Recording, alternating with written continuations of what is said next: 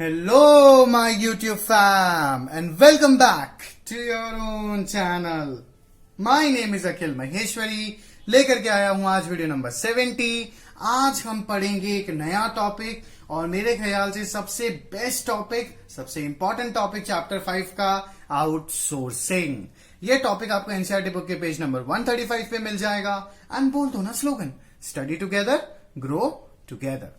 देखो, आउटसोर्सिंग क्या बताया मैंने कि जब भी बिजनेस स्टडीज समझो, tap on the name, name की मीनिंग समझो. तो आउटसोर्सिंग आया है, दो वर्ड से बना है, आउट एंड सोर्स. मतलब बाहर से, आउट मतलब बाहर, सोर्स मतलब कोई रिसोर्स, यानी कि बाहर से जब कोई चीज आप सोर्स कर देते हो, यानी कि आपका काम जब बाहर से हो रहा हो, that is known as outsourcing. ठीक है ना. व्हाट इज आउटसोर्सिंग, इसके इन डेप्थ को समझते हैं. इस वीडियो में सिर्फ मीनिंग समझाऊंगा. Just pay attention, focus guys. Okay, देखो, outsourcing is the business practice. Outsourcing क्या है? एक बिजनेस प्रैक्टिस है, यानी कि एक बंदा जब बिजनेस कर रहा है तो वो ये प्रैक्टिस करता है उसके अंदर, या आप कह लो ये एक बिजनेस टेक्निक है, एक टेक्टिक है जो एक हर बिजनेसमैन यूजुअली करता है, of hiring a party outside a company. इसके अंदर क्या करता है बिजनेस हाउस इस टेक्निक के अंदर, कि बाहर से एक कंपनी को हायर करता है टू परफॉर्म सर्विसेज और एक्टिविटीज. आपके खुद के बिजनेस का काम जब बाहर का कोई आउटसाइडर करे, उसे आउटसोर्स कहते हैं. ठीक है.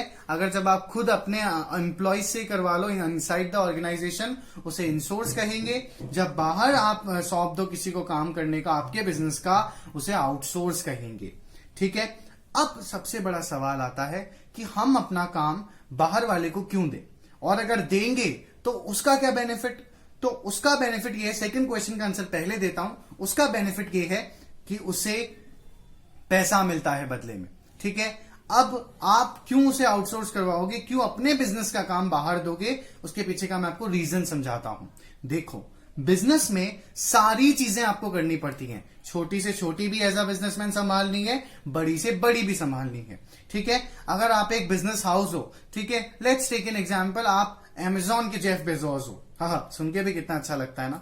ठीक है. सो आई एम श्योर एक ना एक दिन आप जरूर हो जाओगे. May God bless you all. तो समझना कि आपको कोर एक्टिविटीज भी करनी है और नॉन कोर एक्टिविटीज भी करनी है. पूरा बिजनेस आपको संभालना है और दोनों इंपॉर्टेंट है. कोर एक्टिविटीज का मतलब क्या हुआ, वो सारी इंपॉर्टेंट एक्टिविटीज जिसके बिना बिजनेस नहीं चल सकता. जैसे कि अगर अमेजॉन है तो वहां पे कस्टमर को सेल करना, कस्टमर के लिए ऐप डेली कंटिन्यूअस बेसिस पे अपडेट करना. ठीक है. गुड्स एंड प्रोडक्ट्स मैन्युफैक्चर करना. नॉन कोर एक्टिविटीज क्या हुई, जो मेन तो नहीं है पर बिजनेस के लिए बहुत इंपॉर्टेंट है. जैसे बिजनेस के लिए इंपॉर्टेंट क्या है, अगर सबसे पहले क्रोनोलॉजिकली देखोगे तो वो ये है कि वो कस्टमर को सामान पर सेल कर पाए. ठीक है. एंड देन और इंपॉर्टेंट चीज क्या आती है, कस्टमर सेटिस्फाइड रहे. That is a non core business activity. देखो, हर एक बिजनेसमैन को सारा काम करना पड़ता है, छोटा भी और बड़ा भी. तो ऐसे में वो क्या करता है, कोर एक्टिविटीज तो इंसोर्स कर देता है. मतलब कोर एक्टिविटीज तो बिजनेसमैन खुद करता है, और जो नॉट सो इंपॉर्टेंट काम है बट स्टिल उनकी इंपॉर्टेंस कम नहीं है, नॉन कोर एक्टिविटीज कौन करता है, बाहर के काम में आउटसोर्स कर देता है. जैसे एक बहुत होमली एग्जांपल दूं अगर मैं आपको, अगर मम्मा सब्जी बना रही है तो मम्मा को सब्जी भी काटनी है और सब्जी बनानी भी है, दोनों ही काम जरूरी हैं. तो हो सकता है ना कि मम्मा सब्जी तो बनाए खुद, यानी कि मेन कोर काम जो है सब्जी बनाने का वो खुद करे मम्मा गैस पर, लेकिन आपको क्या कर दे, आपको आउटसोर्स कर दे कि बेटा सब्जी काट दे, जस्ट चॉप द वेजिटेबल्स. सो ये क्या हुआ, नॉन कोर एक्टिविटी. ठीक है. तो ऐसा उन्होंने क्यों किया, ताकि उनका टाइम बच जाए और वो मेन एक्टिविटी पर फोकस कर पाए. सो उसी तरीके से हर एक बिजनेसमैन को क्या करना पड़ता है, कोर एक्टिविटीज पर भी फोकस करना होता है, नॉन कोर एक्टिविटीज पर भी फोकस करना होता है. अब मुद्दे की बात क्या है कि है तो बिजनेसमैन इंसान ही ना at the end of the day, कितना वो सब कुछ कर पाएगा, और उसे करना तो सब कुछ है. तो ऐसे में वो क्या करता है, जो नॉट सो इंपॉर्टेंट एक्टिविटीज होती हैं, जो जिसके बिना बिजनेस चल जाएगा, वो आउटसोर्स कर देता है. ठीक है. जैसे बहुत अच्छा एग्जांपल क्या है, कॉल सेंटर्स का. ठीक है. बिजनेस प्रोसेस आउटसोर्सिंग, बीपीओ कहते हैं कॉल सेंटर्स को, आने वाले वीडियोस में समझाऊंगा. कॉल सेंटर्स क्या होते हैं बेसिकली, जैसे से फॉर एग्जांपल आप अमेजॉन से कोई सामान मंगाते हो, फ्लिपकार्ट से कोई सामान मंगाते हो, तो वो तो कोर एक्टिविटी हुई, उस ऐप को अपडेट करना. ठीक है. ऐप में कैटलॉग्स लगाना, फिल्टर अच्छे से करना, देखना कि ऐप क्रैश नहीं कर रहा, क्योंकि उसके बिना तो बिजनेस नहीं चलेगा अगर ऐप नहीं चलेगा तो वो कोर एक्टिविटी हुई, वो बिजनेसमैन खुद करेगा. नॉन कोर एक्टिविटी क्या हो सकती है उसमें? कस्टमर की रिड्रेसल्स। जैसे अगर आपको कोई प्रॉब्लम है तो आपने अमेजॉन के कस्टमर केयर पे कॉल किया, कोई प्रॉब्लम है आपने फ्लिपकार्ट के कस्टमर केयर पे कॉल किया, तो वो नॉन कोर एक्टिविटी है। तो वो जनरली हर एक बिजनेस हाउस क्या कर देता है? आउटसोर्स कर देता है, दूसरी कंपनी को दे देता है। ठीक है, इसके अंदर क्या होगा? सपोज करो अमेजॉन है, अब जेफ बेजोस को तो कितना कुछ संभालना है। सोचो वो हर एक कस्टमर के कॉल को उठाने लगा तो बहुत मुश्किल हो जाएगा, वो खुद पागल हो जाएगा और नॉन कोर एक्टिविटी करते करते कस्टमर को संभालते संभालते बिजनेस ही भूल जाएगा। ठीक है, सो ऐसे में उन्होंने क्या कर दिया? अमेजॉन के कॉल सेंटर को आउटसोर्स कर दिया, किसी थर्ड पार्टी को दे दिया जो बेसिकली कॉल सेंटर खोल के बैठे हैं।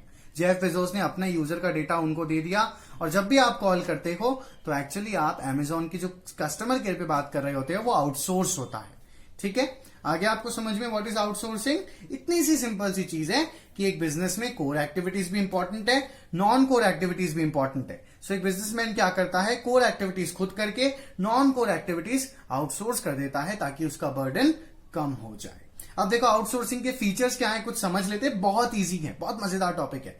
First, outsourcing is a cost cutting effective business strategy. Cost cutting है ये। कैसे कॉस्ट कटिंग है? आप बोलोगे सर आउटसोर्स कर रहे हैं तो हम सामने वाले थर्ड पार्टी को पैसा दे रहे हैं, ठीक है, तो ये तो कॉस्ट बढ़ा रहा है, कॉस्ट कम कैसे कर रहा है? समझना ये कॉस्ट कैसे कम कर रहा है, समझाता हूं। बहुत सिंपल सेंस में बोलूं तो आपका टाइम तो सेव हो रहा है ना। अगर आप अपने कस्टमर रिड्रेसल, कस्टमर की जो प्रॉब्लम्स है, ग्रीवेंसेस हैं, वो आपने किसी और को काम सौंप दिया कि तू कर ले ये काम और तेरे को सारा डेटा दे रहा हूं मैं, just make sure my customer is satisfied, तो क्या होगा? आपका टाइम बच रहा है, आप मेन एक्टिविटीज पर फोकस कर सकते हो। सो आप इस तरीके से इस पॉइंट को समझ सकते हो कि आउटसोर्स करने से क्या होता है? कॉस्ट कट होता है। कैसे? टाइम बच रहा है, टाइम इज मनी।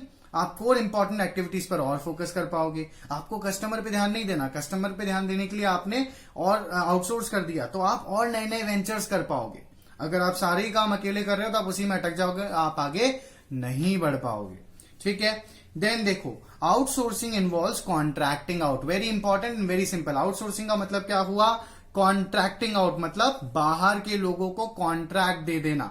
मतलब किसी कॉल सेंटर कंपनी को आपने, अमेजॉन ने कॉन्ट्रैक्ट दे दिया 1 साल का 2 साल का सपोज करो, और उन्हें डेटा दे दिया कि तुम हमारे कस्टमर का डेटा है और तुम इसे संभालो और हमारे कस्टमर की प्रॉब्लम्स को एड्रेस करो। Then generally non core business activities are outsource. कौन सी एक्टिविटीज हम आउटसोर्स करते हैं? कौन सी एक्टिविटी एक बिजनेस हाउस आउटसोर्स करता है, दूसरों को देता है? नॉन कोर, जो इंपॉर्टेंट तो है पर जिनके बिना भी बिजनेस चल जाएगा। जैसे अगर कोई बिजनेस हाउस अपने कस्टमर की कॉल सेंटर को नहीं भी लगाता तो भी बिजनेस चल जाएगा उसका, बाइंग एंड सेलिंग उसकी नहीं रुकेगी, प्रॉफिट फिर भी होंगे, लेकिन इंपॉर्टेंट है बट बिजनेस के लिए, सर्वाइवल के लिए कोर एक्टिविटीज ज्यादा इंपॉर्टेंट होती है ना। सो जनरली कौन सी एक्टिविटीज हम बाहर वालों को देते हैं, आउटसोर्स करते हैं? Non core activities. जैसे मम्मा को खाना बनाना है, पापा को मम्मा के हाथ का ही खाना पसंद है तो सब्जी मम्मा खुद ही बनाएगी, लेकिन हो सकता है सब्जी काटने को आपको दे दे।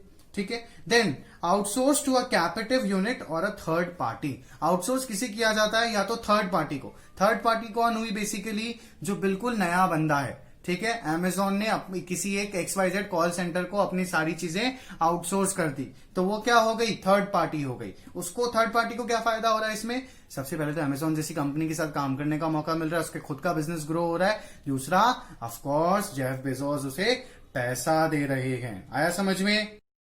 और कैपेटिव यूनिट कौन सी हुई? कैपेटिव यूनिट का मतलब बेसिकली जो केपेबल हो आउटसोर्स करने के। ठीक है, सो आया आपको आउटसोर्सिंग समझ में? आउटसोर्सिंग बहुत सिंपल सी चीज है कि हर एक बिजनेसमैन सारे काम नहीं कर सकता तो वो अपने इंपॉर्टेंट काम छांट करके, स्क्रूटिनाइज करके खुद करता है, और नॉट सो इंपॉर्टेंट काम जिन्हें हम नॉन कोर कहते हैं, ठीक है, लेकिन होना उनका बिजनेस में वो भी जरूरी है, इक्वली जरूरी है, तो वो दूसरों को दे देता है ताकि वो मेन एक्टिविटीज पर फोकस कर सके और दोनों काम अच्छे से हो जाए। ठीक है, आगे आपको समझ में पसंद आ गया तो लाइक कर दो, शेयर कर दो, सब्सक्राइब कर दो, सबको बता दो। नहीं आया तो कमेंट सेक्शन में अपनी क्वेरी पोस्ट कर देना। इस वीडियो को 2 बार देखना ध्यान से, आराम से। ठीक है, thank you so much for watching this video. Stay tuned, stay home, stay safe.